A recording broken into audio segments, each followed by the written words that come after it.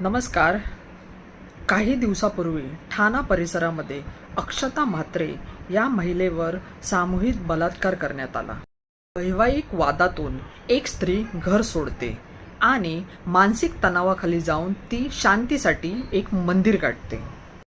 रात्रीच्या वेळी मंदिरात आश्रय घेते. स्वतःला पुजारी म्हणवणारे ते मानसिक धैर्य गमावणाऱ्या स्त्रीला आधार देण्याऐवजी तिच्या चहामध्ये भांगेचं औषध देऊन तिला बेशुद्ध करतात.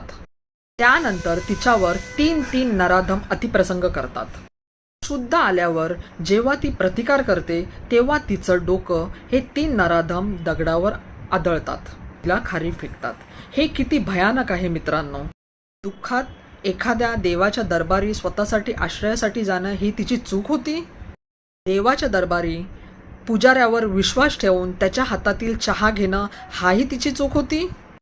देवाच्या दारी आलेल्या त्या अभागी महिलेने तिच्याकडे नराधमाने इतक्या वाईट नजरेने पाहणं हे त्यांना अधिकार कोणी दिला?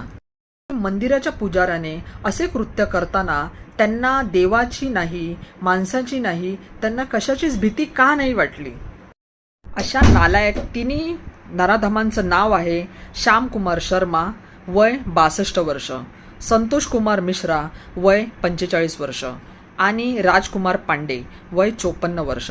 हे तिघेही राजस्थान, उत्तर प्रदेशचे रहिवासी आहेत. माझं सर्व मित्रांना, सर्व भगिनींना एकच सांगणं आहे की या नराधमांना फाशीची शिक्षा नक्कीच व्हायला पाहिजे. कारण असे नराधम, असे नालायक माणसं जे आपल्या कायद्याला सुद्धा घाबरत नाहीत आणि अशी नालायक कृत्य करतात. ती महिला फक्त 30 वर्षाची होती. तिच्यावर एवढी बळजबरी करून ती बिचारी मंदिरामध्ये स्वतःचा आश्रय घेण्यासाठी गेली होती. घराचा वादविवाद झालेला, ती आश्रय घेण्यासाठी गेली होती. पण तिची काय चूक होती? जेव्हा ती मंदिराकडे आश्रय घेते, जेव्हा तिने पुजाऱ्यावर विश्वास ठेवला, पण त्या पुजाऱ्याने चहामध्ये भांग टाकून तिच्यावर हे असे वाईट कृत्य केले. हे पुजारी किती नालायक असतील. त्याच्यामुळे कायद्याची पळवाटी न घेता आमची अशी मागणी आहे, सर्व महिला काँग्रेसतर्फे अशी मागणी आहे की त्यांना फाशीची शिक्षाही झालीच पाहिजे. कालच आमच्या AICCच्या अध्यक्षा अलका लांबाजी या त्या महिलेच्या घरी जाऊन कुटुंबाचे सांत्वन केले आहे. त्याचबरोबर महाराष्ट्राच्या अध्यक्षा संध्याताई सवालाके, मुंबईच्या अध्यक्षा अनिशाताई बागुल ह्या सर्व जाऊन त्यांनी महिलांचे घरी जाऊन त्यांच्या परिवाराचे सांत्वन केले आहे.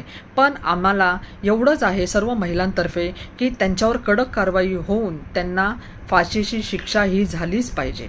जय हिंद, जय महाराष्ट्र, जय भीम.